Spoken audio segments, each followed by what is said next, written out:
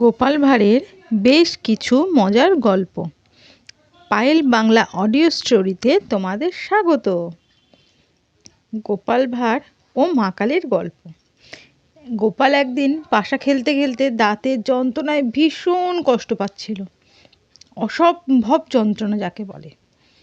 যন্ত্রণায় অস্থির হয়ে সে শুয়ে পড়ে কাতরাতে কাতরাতে বলতে লাগলো, দোহাই মা কালী, এই যাত্রা আমাকে যন্ত্রণাটা কমিয়ে দাও।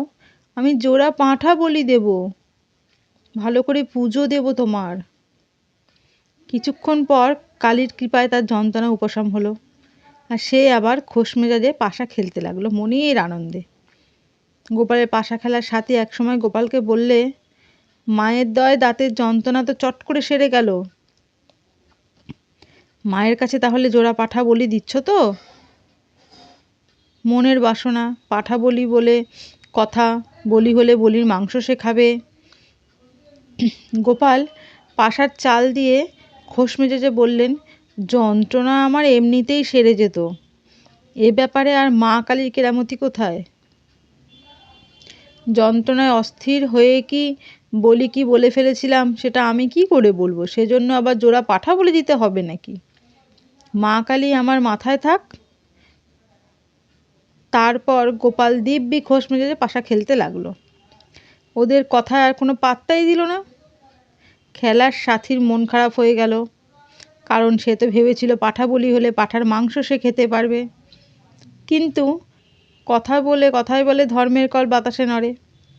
বেশ কিছুক্ষণ পর গোপালের দাঁতে যন্ত্রণা আবার অসম্ভব বেড়ে গেল। এবারকার যন্ত্রণা আগের চেয়েও ভয়ানক। গোপাল যন্ত্রণায় অস্থির হয়ে মা কালীর উদ্দেশ্যে জোর হাত করে কাতরাতে কাতরাতে বলল, হে মা করুণাময়ী, হে মা দয়াময়ী, হে মা জগৎ জননী, যে কথা বলেছি সেই কথাটা ধরে নিলে মা? আমি সত্যি সত্যি বলেছি। আমি তো বলেছি তোমার কাছে পাঁঠা বলি দেব, আমি কি বলেছি দেব না? এ তো বোঝো না মা, ঠাট্টা বোঝো না, তুমি এত কিছু বোঝো? এবার খেলার সাথী মুখে জোর হাসি ফুটে উঠল। বলির পাঁঠার প্রসাদ সে নির্ঘাত খেতে পারবে। ব্যাস, এই করে তার যন্ত্রণাটা আবারও কমে গেল। সে আবার খেলা শুরু করলো। তারপরে গোপাল বলল, ঠিক আছে, জোড়া পাঁঠা যদি দিতে না পারি, দুটো মশাই বরঞ্চ বলি দেব, আর কি করব। মা এবারও আবার যন্ত্রণাটা কমিয়ে দিল তার। যাই হোক, খেলার সাথীর মুখটা একটু ছোটই হয়েছিল। সে আবারও বলল, গোপাল, তুমি মাকে একটু করে মানসিক করছো আর অমনি খেলছো। যেই খেলা যে যন্ত্রণাটা কমে যাচ্ছে তখনই বলছো আর দেবে না। মাকে অন্তত দুটো বাতাসা দিয়ে পুজো দাও। তখন গোপাল গিয়ে মা কালীকে বাতাসা দিয়ে পুজো দিয়ে এলো। আলুর দাম আগুন। একবার এক আলুর দামের আগুন লেগেছে শুনে গোপাল সেই পথ দিয়ে যেতে তাকে দেখতে পেয়ে একটা মুদির দোকান থেকে একটু নুন চেয়ে নিল। তারপর সেই গুদামের পোড়া আলু নুন সহযোগে দিব্যি মেখে মেখে খেলো। কিছু দূর গুদামের মালিক মাথায় হাত দিয়ে বসেছিল। গোপাল নুন দিয়ে আরামে পোড়া আলু খেতে খেতে তার কাছে জিজ্ঞেস করলো, মশাই, আপনি কে? এরূপ দুঃখিতভাবে মাথায় হাত দিয়ে বসে আছেন কেন? লোকটি বলল, আমি ওই গুদামের মালিক। আমার 4টে আলুর গুদাম একবারে পুড়ে শেষ হয়ে গেল। গ্রহের ফেরে খুব লোকসানের মধ্যে পড়ে গেলাম। গোপাল নির্বাকভাবে তাকে জিজ্ঞেস করল, আচ্ছা, আপনার বাদে কি আগুনে 3টি যে পুড়ে গেছে বলতে পারেন? তাহলে আলু পোড়া খেতে আর একটু বেশি পারতাম। গোপালের কথা শুনে আলুর দামের যে পুড়ে গেছে সেই আগুনের মালিক চট করে উঠে লাঠি মারতে মারতে গোপালকে তাড়া করলো।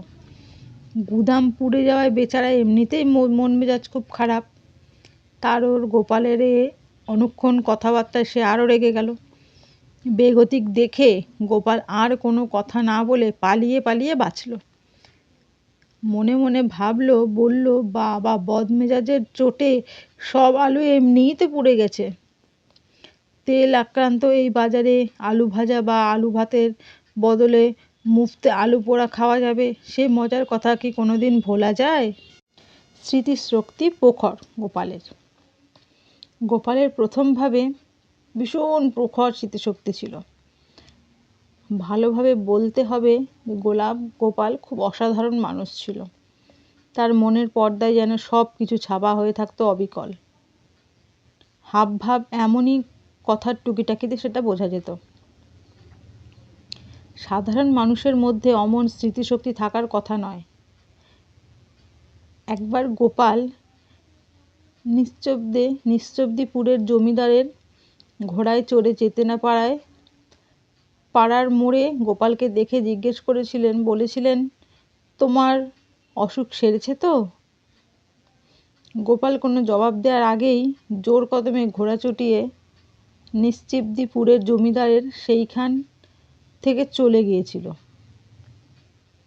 ওই ঘটনার 7-8 বছর পরে আবার নবপাড়ার মোড়ে গোপালের সঙ্গে নিশ্চিন্দিপুরের জমিদারের হঠাৎ দেখা হয়ে গেল। এবার কিন্তু জমিদার পালকি করে যাচ্ছিলেন। ভীষণ গরম পড়েছিল। পালকির দরজাও খোলা ছিল হাওয়া আসার জন্য। হাওয়া লাগার জন্য জমিদার নতুন করে প্রশ্ন করতেই সে 7-8 বছর আগের প্রশ্নের জবাব দিল, আমার অসুখ সেরে গেছে হুজুর, এখন আমি ভালো আছি। জমিদার এ কথার মানে বুঝতে পেরে অবাক হয়ে গোপালের মুখের দিকে তাকিয়ে রইল। কারণ সেটা তার মানেটা বুঝতে পারলো না, কেন গোপাল এই কথা বলল। কিছুক্ষণ পরে যখন কথাটা মানে বুঝতে পারলো, তখন হো হো করে হেসে উঠল।